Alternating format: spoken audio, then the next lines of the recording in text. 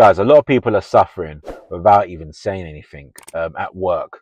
And I want to read this post from my friend, my ex-colleague, who was forced to resign. He was going to be pushed out, but he resigned. They kind of gave him the option to. But he posted this, and it's quite powerful stuff. So let me read this. I don't want to have a heart attack before I'm 50. When I was talking to my partner about leaving in-house to go freelance, that's one of the things I said. It wasn't about the specific place I was working, but I'd been doing the in-house grind for 15 years and was realizing it was a model that didn't work for me. I found it frustrating and stressful, and I didn't realize that I was feeling that badly until I said it. My partner's oldest friend just passed away with exactly that, a sudden heart attack not far off their 50th birthday. The last conversation they had was about the enormous level of stress at work they were feeling. It's a horrible thing, and it doesn't always happen because of evil bosses or specifically toxic workplaces. I think it happens because we're in a society that has a screwed up relationship with work. But there are more important things, and you need to think about yourself long term. Trust me, as a freelancer, I'm hyper aware the need to pay the bills, the need to get by month to month right now. I'm not saying there's a stress-free life that's available by going and living in a cabin somewhere and living off the land. That also sounds pretty stressful.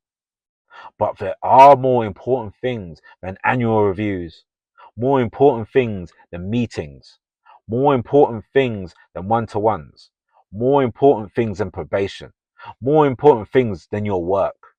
It's easy to go by day to day and week to week.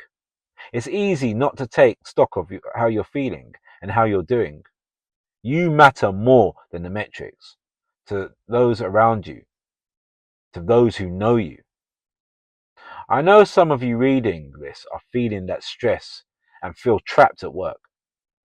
There aren't easy answers, but if there are, you might find them better by taking a step back and looking at your current work life in context of your whole life. Take care of yourselves. I thought it was real powerful, man, like reading this. And I think sometimes we normalize our suffering, you know.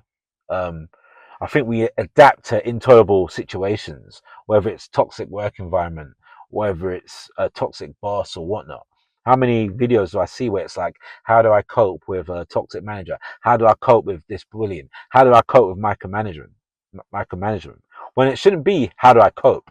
It's how to eradicate, how to get rid of. Man, I was so stressed out in the last week. My eye was twitching. My right eye kept twitching, man. That's affecting my health. So I signed myself off for my GP. I mean, I still work, but work from home. I don't go into the office. And I'll be honest with you, I'm never going to go to the office again. Whatever that looks like, I'm never going to go to that office again. So I think we need to really take stock of our lives, man.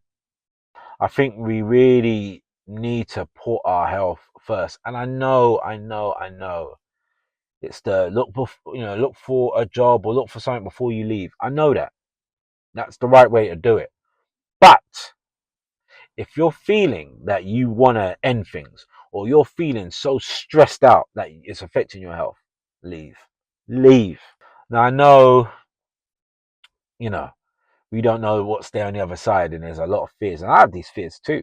What we're gonna do? I don't have any savings. What's the non-job gonna look like? I have a kid. All this kind of stuff. But I'm telling you, if your health, mental health isn't saved, isn't salvaged, you could probably end up dropping. And then what do you do with your family then? What do you do when you're sick, when you can't even function, or if you just have a stroke, or if you have a heart attack and die? What do you do then with your family? What happens then? Put yourself first. Now, if you can't find nothing in time and it's really bad, leave.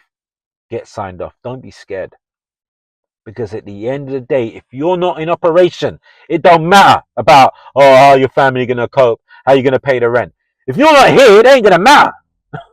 Put yourself first, man. If you're struggling, seek help. Go to your GP. Take time out. Leave your job. Quit. If you need to stay with family, stay with family. You need to stay with friends, stay with friends. Do something.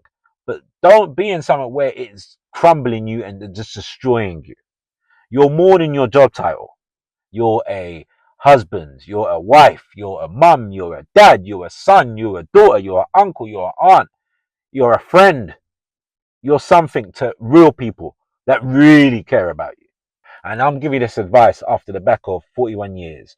Sometimes, man, you got to do the way that's the only way for your mental health and your well-being. Anyway, people, let me know what you think about this. I'll be interested to see in the comments what you guys have to say. As per usual, help a brother out. Give me the HBO special. Comment, like, subscribe. And yeah, I'll see you again in the next video. I'm gone, people. Peace.